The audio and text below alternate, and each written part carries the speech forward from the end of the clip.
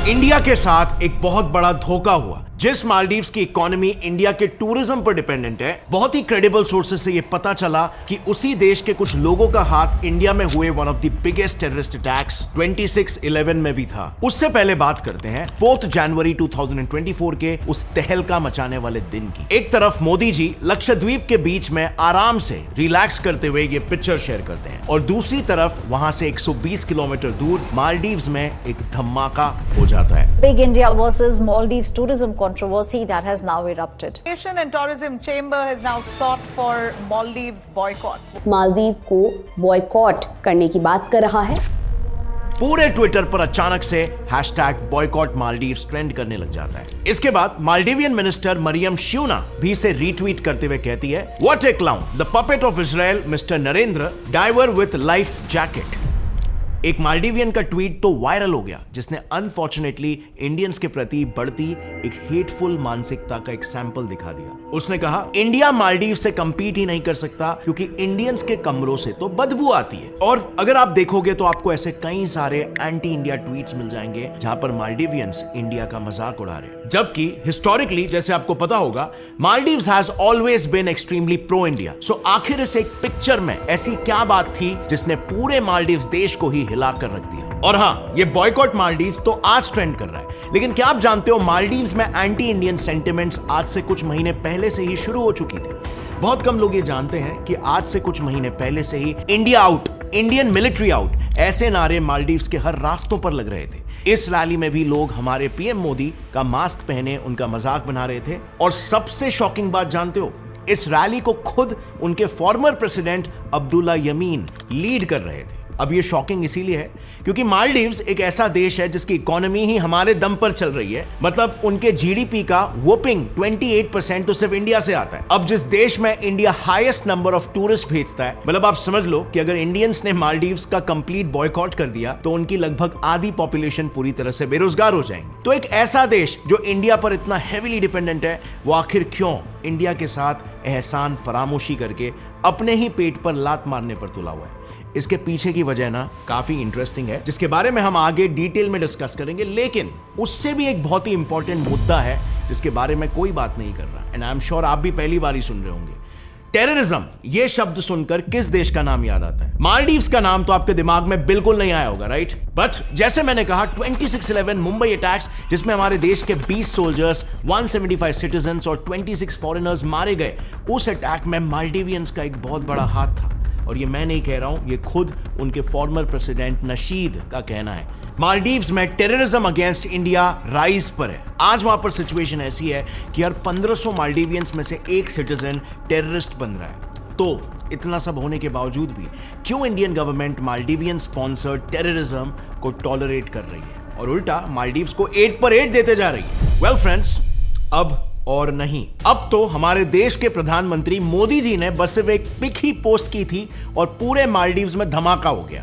But Indian government ने तो मालदीव्स को करारा जवाब देने के लिए एक मास्टर प्लान ही बना दिया, जिसमें इन्फ्लुएंसर्स और सेलिब्रिटीज से लेकर आम भारतीय नागरिक भी शामिल है। सो वेल, इंडियन गवर्नमेंट का वो मास्टर प्लान आखिर क्या है और कैसे मोदी जी के उस पिक से चोर की दाढ़ी में तिनका साबित हो गया?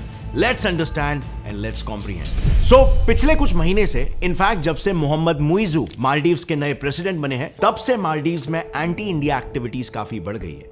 यहां तक कि 17 नवंबर 2023 को मालदीव्स ने इंडियन ओशन कंट्रीज के NSA टॉक्स, जिसमें सारे कंट्रीज के नेशनल सिक्योरिटी एडवाइजर्स आते हैं और इसे मालदीव्स हमेशा अटेंड करता था, इस बार उसने टॉक्स में पार्टिसिपेट नहीं किया और ना ही हर साल इंडियन ओशन की स्टडीज और रिकॉर्ड्स रखने वाली हाइड्रोग्राफी कोऑपरेशन एग्रीमेंट को रिन्यू किया। और आज इनका यही एंटी इंडिया स्टैंस एक स्टेप आगे निकल चुका है। कैसे? खुद ही देखो। तो जरा रूलिंग पार्टी के प्रोमिनेंट लीडर अब्बास का ये ट्वीट देखो। अब्बास सीधे सीधे मालदीव्स में स्थित इंडियन हाई कमीशन पर हमला करने के लिए मालदीवियंस को भड़का रहा है। नवंबर 2022 के दिन ISIS से जुड़े 14 मालदीवियंस को बड़े क्वांटिटी के एक्सप्लोजिव्स के साथ अरेस्ट किया गया। और जानते हो ये इन एक्सप्लोजिव्स का इस्तेमाल कहां करने वाले थे? उनके नेशनल पुलिस कॉलेज बिल्डिंग में, जो इंडिया ने ही बनाया है, और इवन अड्डू एरिया के बाकी इंडियन मेड बिल्डिंग्स को ही उड़ाने के लिए। इनफैक्ट काउंटर एक्सट्रीमिज्म प्रोजेक्ट के हिसाब से हर 1500 मालदीवियंस में से एक टेररिस्ट बनते जा रहा है, which is very concerning for India. लेकिन आखिर मालदीव्स ये एंटी इंडिया टेररिस्ट एक्टिविटीज का हब बना कैसे? वेल, यू नो, इसके पीछे हाथ है 2004 के मालदीव्स के इतिहास के one of the biggest tsunami का, जिसका पूरा फायदा उठाया पाकिस्तान ने और मालदीव्स में टेररिज्म फैलाना शुरू कर दिया। अब इसका एक पूरा डिटेल्ड एनालिसिस हमें एक बहुत ही prominent terrorism research think tank counter extremism project से मिला है, लेकिन उसमें डिटेल्स में जाने से पहले जरा एक मिनट। हम सब ये जानते हैं मालदीव्स का ये करंट एंटी इंडिया स्टैंड सिर्फ और सिर्फ चाइना को अपीज करने के लिए, और चाइना तो कैसे छोटे देशों को हैवी लोन्स बांटकर बाद में उन्हें एक डेट ट्रैप में फंसाकर अपना गुलाम बना देता है। लेकिन डू यू नो, चाइना अपनी इसी डेट ट्रैप स्ट्रैटेजी को इंडिया के अगेंस्ट किस तरीके से यूज कर रहा है? चाइना लिटरली इस स्ट्रैटेजी का इस्तेमाल करके इंडिया के आजू बाजू अपने मिलिट्री बेसिस खड़े कर रहा है, जिसे infamously the string of pearl strategy कहा जाता है। और इससे इंडिया को एक बहुत बड़ा थ्रेट है, क्योंकि चाइना लिटरली इंडिया के बॉर्डर्स तक आ चुका है। और इसी वजह से इंडिया ने चाइना की स्ट्रैटेजी को काउंटर करने के लिए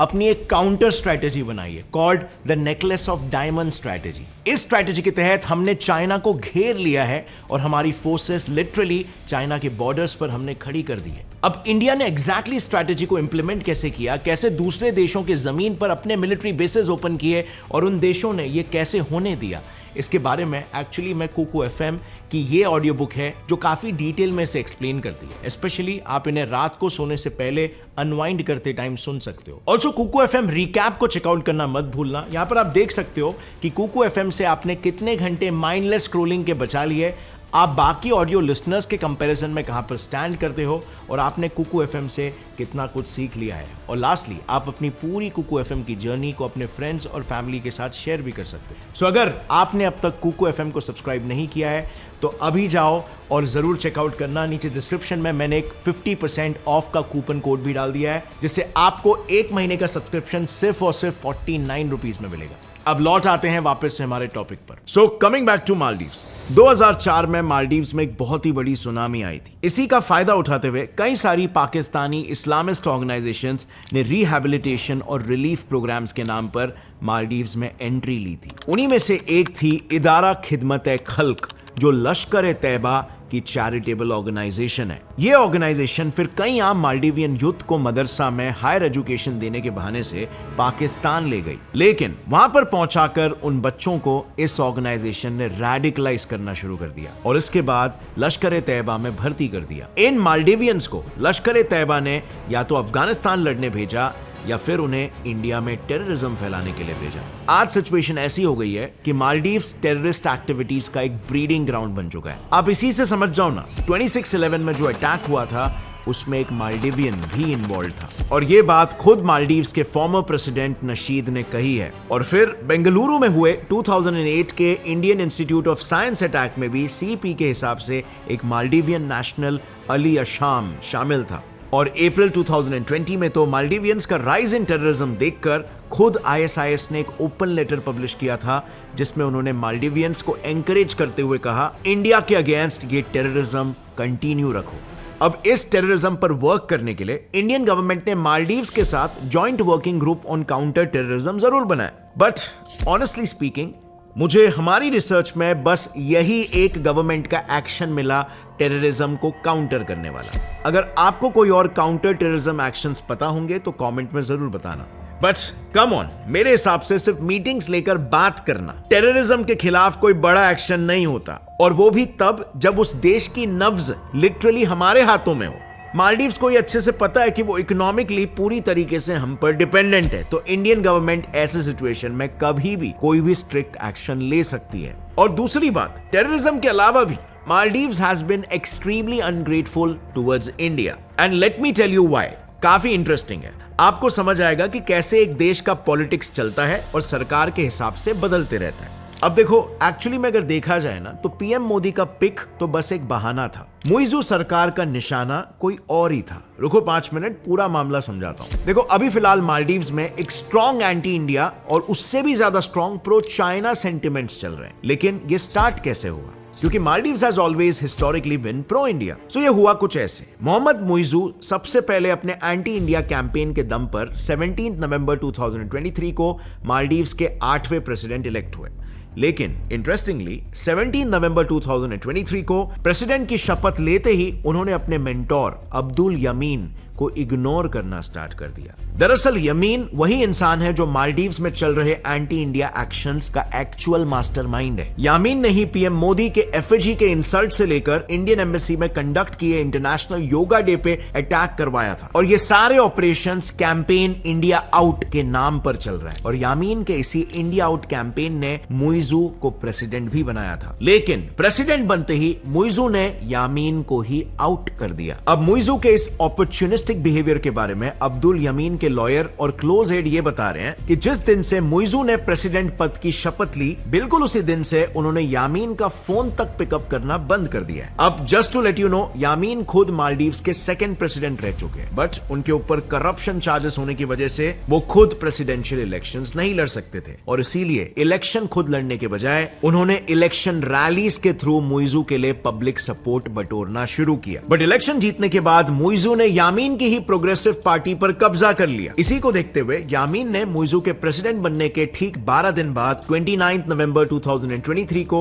अपनी नई पार्टी पीपल्स नेशनल फ्रंट ही खोल दी और साल 2024 के अप्रैल में होने वाले पार्लियामेंट्री इलेक्शन में जुट गए। अब जैसे कि मैंने पहले बताया, ये पूरा इंडिया आउट कैंपेन जिसके दम पर मुइज़ू प्रेसिडेंट बने, ये पूरा का पूरा यामीन का ही ब्रेन चाइल्ड था। इनफैक्ट उन्हीं के टर्म में साल 2011 में चाइना की एम्बेसी भी मालदीव्स में पहली बार ओपन हुई। And fast forward to current scenario, Yameen के नए पार्टी पीपल्स नेशनल फ्रंट के खुलने के बाद एक एंटी इंडिया और प्रो चाइना पार्टी मार्केट में आ गई, जिससे मोहम्मद मुइज़ू के लिए कंपटीशन बढ़ गया और इससे आने वाले इलेक्शंस में उसके वोट्स बढ़ सकते थे। और इसीलिए मुइज़ू ने मैं ज्यादा एंटी इंडिया और प्रो चाइना हूं ये प्रूव करने के लिए हमारे पीएम को टारगेट करना शुरू कर दिया। इनफैक्ट अभी भी as we speak Muizzu China के टूर पर है, जहां वो एक बहुत बड़े प्रोजेक्ट रास मेल प्रोजेक्ट के लिए फंडिंग लेने चाइना गया है। This project is supposed to be even bigger than Greater Mail Connectivity Project, जो इनके प्रीवियस प्रो इंडिया प्रेसिडेंट ने इंडिया के साथ मिलकर साइन किया था। तो अब इससे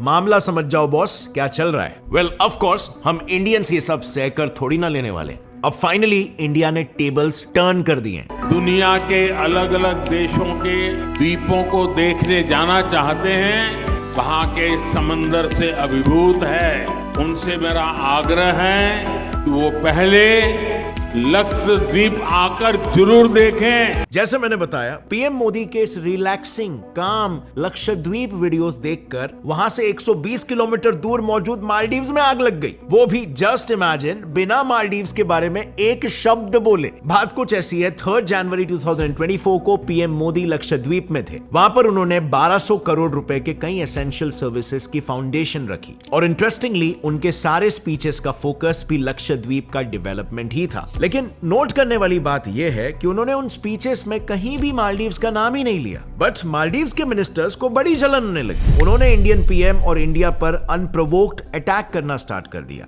मालदीव्स के मिनिस्टर अब्दुल्ला महजूम माजिद ने तो यहां तक यह भी कह दिया कि पीएम मोदी का लक्षद्वीप विजिट दरअसल इंडिया की एक चाल है, जिससे वो मालदीव्स को अंडरमाइन करना चाहते हैं। सो अब क्या इसका मतलब, भारत के प्रधानमंत्री को भारत के ही एक टेरिटरी में जाने के लिए मालदीव्स की परमिशन लेनी पड़ेगी? बट फिर क्या था, मालदीवियन लीडर्स के खुद के पैरों पर कुल्हाड़ी मारने वाले स्टेटमेंट के बाद इंडियंस ने मालदीव्स के अगेंस्ट एक सोशल मीडिया मूवमेंट ही स्टार्ट कर दिया, जिस मूवमेंट में common citizens, celebrities, influencers, entrepreneurs सभी शामिल हो गए। कॉमन सिटीजंस ने #बॉयकॉट मालदीव्स नाम से एक सोशल मीडिया पर ट्रेंड ही स्टार्ट कर दिया और आप विश्वास नहीं करोगे, यह हैशटैग किसी सोशल मीडिया ट्रेंड से ज्यादा एक नेशनल मूवमेंट ही बन गया। लोगों ने स्पॉन्टेनियसली अपने मालदीव्स जाने के सारे प्लान्स कैंसिल कर दिए। जैसे कि फॉर एग्जांपल सैंडिया नाम की एक ट्विटर यूजर ने ट्विटर पर #बॉयकॉट मालदीव्स कोट करते हुए लिखा कि उन्होंने मालदीव्स जाने का अपना पूरा वेकेशन प्लान ही कैंसिल कर दिया। एंड यू वोंट बिलीव, इस पर्टिकुलर केस में उन्हें कैंसिलेशन के चार्जेस 50,000 रुपए भी पे करने पड़े, लेकिन इससे उन्हें कोई प्रॉब्लम नहीं हुई।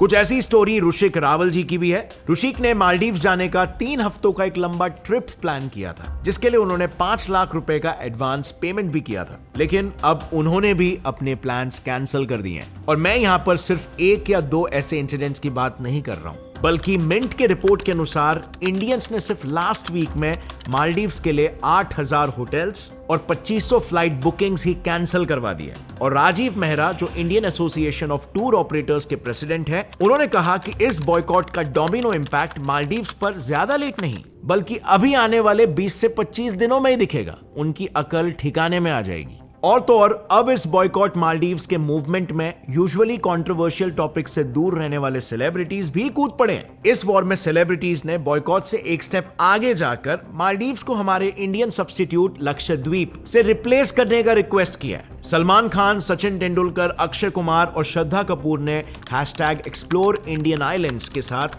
लक्षद्वीप के फोटोज टैग करते हुए सोशल मीडिया पर लिखा, इंडिया में इतनी ब्यूटी है, ये कितनी प्राउड की बात है और हमें इन ब्यूटीफुल प्लेसेस को विजिट करना चाहिए। और जब पूरा देश मालदीव्स का बॉयकॉट कर रहा था, तो देश के बिजनेसमैन कैसे पीछे रह सकते हैं। ईज माई ट्रिप फ्लाइट बुकिंग पोर्टल ने मालदीव्स के लिए फ्लाइट बुकिंग सर्विसेज ही सस्पेंड कर दी है। ताज होटल्स ने तो ये कंट्रोवर्सी स्टार्ट होने से पहले ही लक्षद्वीप की इंपॉर्टेंस समझते हुए पिछले साल ही 2 रिसोर्ट्स बिल्ड करने का प्लान कर लिया था। लेकिन ये न्यूज अभी एकदम से वायरल होना शुरू हो गई। लेकिन फ्रेंड्स, इसी सब के दौरान यहाँ पर एक बड़ा क्वेश्चन आता है, क्या लक्षद्वीप एक्चुअली में इतने एक्सपेक्टेशंस को मीट कर सकता है? वेल, इसके ट्रू पोटेंशियल को समझने के लिए हमें लक्षद्वीप को एक दूसरे एस्टैब्लिश्ड आइलैंड डेस्टिनेशन से कंपेयर करना होगा। दुनिया का मोस्ट विजिटेड आइलैंड है फुकेट, थाईलैंड, और उसके अट्रैक्शन का सबसे बड़ा रीजन है बीचेस, आइलैंड्स और ब्लू वाटर। अब अगर इसी स्केल पर लक्षद्वीप की हम बात करें, तो लक्षद्वीप के पास टूरिस्ट को ऑफर करने के लिए भी 3 यूनिक क्वालिटीज है, जिसमें पहला है ब्यूटीफुल बीचेस। क्या आप जानते हो यहाँ के बीचेस को वर्ल्ड्स क्लीनेस्ट बीचेस का क्राउन मिला हुआ है? दरअसल आइलैंड के 2 बीचेस, मिनिकॉय थुंडी बीच और कदमत बीच, ब्लू फ्लैग सर्टिफाइड है। और ब्लू फ्लैग बीचेस को दुनिया के क्लीनेस्ट बीचेस में कंसिडर किया जाता है, यानी कि दुनिया के 2 one of the most cleanest beaches Lakshadweep में मौजूद है। दूसरी यूनिकनेस है rich marine biodiversity. The medium newspaper के अनुसार अगर आइलैंड के मरीन बायोडाइवर्सिटी को प्रॉपर्ली प्रमोट किया गया, तो ये वर्ल्ड डाइविंग डेस्टिनेशन बन सकता है। यानी कि इस डाइवर्सिटी को देखने के लिए दुनिया के डाइवर्स भागे भागे लक्षद्वीप चले आएंगे। तीसरी यूनिकनेस है यूनिक कल्चर और ट्रेडिशंस। कल्चरल टूरिज्म के फैंस के लिए भी लक्षद्वीप कुछ यूनिक ऑफर करता है। दरअसल आइलैंड का ट्रेडिशन इंडियंस, अरब्स और अफ्रीकन ट्रेडिशंस का एक यूनिक ब्लेंड है। यानी कि लक्षद्वीप हर टाइप के टूरिस्ट के लिए कुछ ना कुछ ऑफर करने का पोटेंशियल रखता है। और शायद बहुत ही जल्द हमारा ये आइलैंड इंडियन और इंटरनेशनल टूरिस्ट से फ्लड होने वाला है, क्योंकि पिछले 20 सालों में गूगल पर लक्षद्वीप को उतनी बार नहीं सर्च किया गया था जितना इसे लास्ट वीक में किया गया। कि पिछले 20 सालों में लक्षद्वीप को गूगल पर इतना नहीं सर्च किया गया था जितना 2 जनवरी के बाद किया गया। और इसका मतलब है अब लक्षद्वीप कई इंडियंस के बकेट लिस्ट में आ चुका है। और ऐसा होना भी चाहिए, जैसे कई इंडियन सेलिब्रिटीज अब एक्सप्लोर इंडियन आइलैंड्स का ये आइडिया फैला रहे हैं। बिल्कुल उसी तरह हमें भी ज्यादा से ज्यादा लोकल टूरिस्ट डेस्टिनेशंस पर ही फोकस करना चाहिए। और जहां तक मालदीव्स की बात है, तो इंडियन व्रैथ को देखते हुए उनके लगभग सभी बड़े लीडर्स ने अपने फूलिश बिहेवियर के लिए माफी मांगना शुरू कर दिया। लेकिन अब ये हम इंडियन सिटीजंस और लीडर्स के हाथ में है कि हम मालदीव्स को कितना स्पेस देना चाहते हैं और कितना नहीं। आई ट्रूली थिंक जो पेट्रियटिज्म और नेशनलिज्म हम इंडियंस ने ऐसे वक्त पर दिखाया है, that is really commendable. I don't know about you, but personally मैंने ऐसा माहौल इंडिया में पहले कभी नहीं देखा, और ये देखकर मेरा सीना गर्व से चौड़ा हो गया। हम इंडियंस को हमेशा हमारे देश को आगे रखकर ही डिसीजंस लेना चाहिए, और एग्जैक्टली यही चीज आज इंडिया लेवल पर हो रही है। अब आपकी फ्रेंड्स इस पूरे मुद्दे में क्या राय है, नीचे कमेंट सेक्शन में जरूर लिखना। इनफैक्ट लक्षद्वीप जैसा ही एक फिनोमिनल पोटेंशियल वाला टूरिस्ट डेस्टिनेशन उत्तराखंड इंडिया में है, और रिसेंटली आपने मोदी जी के बहुत सारे pics UK CM Shri Pushkar Singh Dhami ji के साथ देखे भी होंगे। Well, that is because Uttarakhand भी इंडिया का नंबर 1 टूरिस्ट और स्टार्टअप डेस्टिनेशन बनने वाला है। Yes, you heard that right, startup destination while preserving all the hilly natural beauty. अब ये कैसे हो रहा है इसको हमने बड़े डिटेल में हमारे इस वीडियो में एक्सप्लेन किया है। Don't forget to check it out. आपको पता चलेगा किस तरह से इंडिया की देवभूमि की काया पलट हो रही है। और हाँ, जाने से पहले don't forget to download Kuku FM app from the link in the description and use my coupon code GAURAV50 for 50% off, यानी 1 महीने का सब्सक्रिप्शन से 49 रुपीज में। See you next time. Till then take care. जय हिंद।